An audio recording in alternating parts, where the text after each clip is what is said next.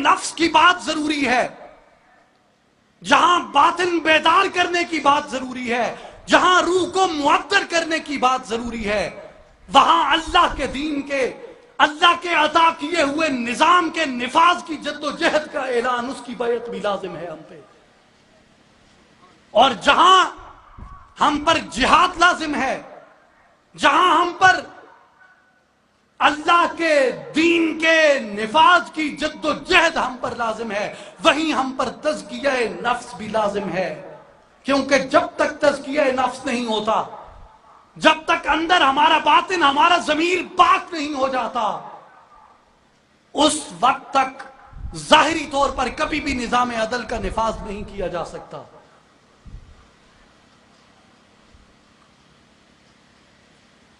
آپ ایک خانقاہ میں بیٹھے ہیں، مجھے جس دن موقع ملا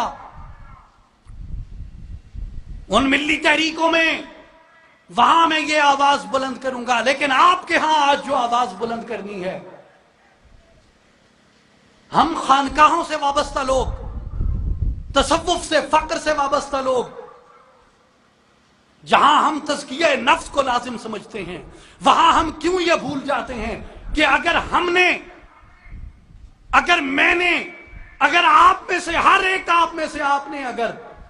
نفاذ دین کی جد و جہد نہیں کرنی، اعلاء کلمۃ الحق کی بات نہیں کرنی، نظام اسلام کی بات نہیں کرنی، تو پھر یہ کس کی ذمہ داری ہے؟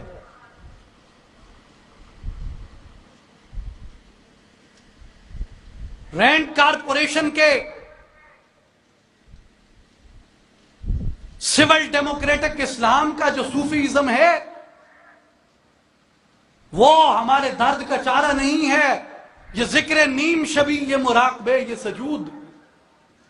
تیری خودی کے نگہباں نہیں تو کچھ بھی نہیں۔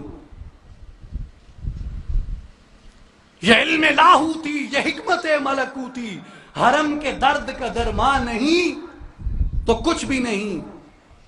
حرم کے درد کا درمان کس نے کرنا ہے؟ اور تزکیہ نفس کیا کس لیے جاتا ہے؟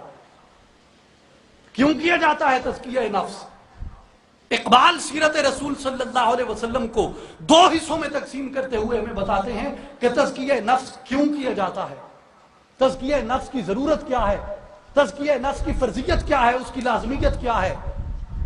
تزکیہ نفس کی لازمیت یہ ہے،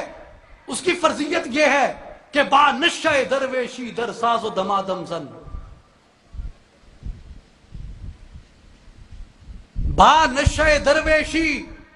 در ساز و دمادم زن، لیکن چون پخت شوی خدرا بر سلطنت جمزن، کہ نشہ درویشی میں اپنے آپ کو گم کر دو، علم لاہوتی میں، حکمت ملکوتی میں، ذکر نیم شبی میں، مراقبے میں، سجود میں، استغراق میں،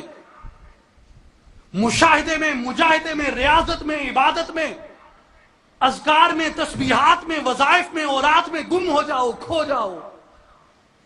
لیکن جب اپنے آپ کو استغراق کے اندر، مشاہدے کے اندر، مجاہدے کے اندر، ریاضت کے اندر، عبادت کے اندر، ذکر کے اندر، تسبیح کے اندر، ورد کے اندر، وظیفے کے اندر جب پختہ کر چکو تو پھر کیا ہے؟ چون پختہ شوی، جب پختہ ہو جاؤ تو پھر بر سلطنت جمزن، پھر اپنے آپ کو دارا و جم کی سلطنت پہ لے آؤ۔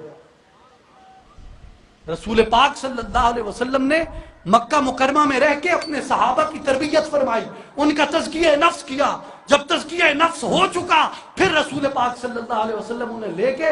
مدینہ طیبہ میں ہجرت کر جاتے ہیں، اور پھر فرماتے ہیں کہ یہ جن کا تزکیہ ہو چکا ہے، یہ اس زمین کے اوپر نظام عدل اجتماعی کا قیام کریں گے۔ چونبہ کمال می رسد فقر دلیل خسرویست، جب اپنے کمال پہ پہنچ جاتا ہے، جب اپنے عروج پہ پہنچ جاتا ہے، تو فقر بادشاہی کی دلیل بن جاتا ہے، وہ سلطنت کی دلیل بن جاتا ہے۔ فقر کافر خلوت دشت و درست، کافر کا فقر، کافر کا تصور، کافر کا تصوف،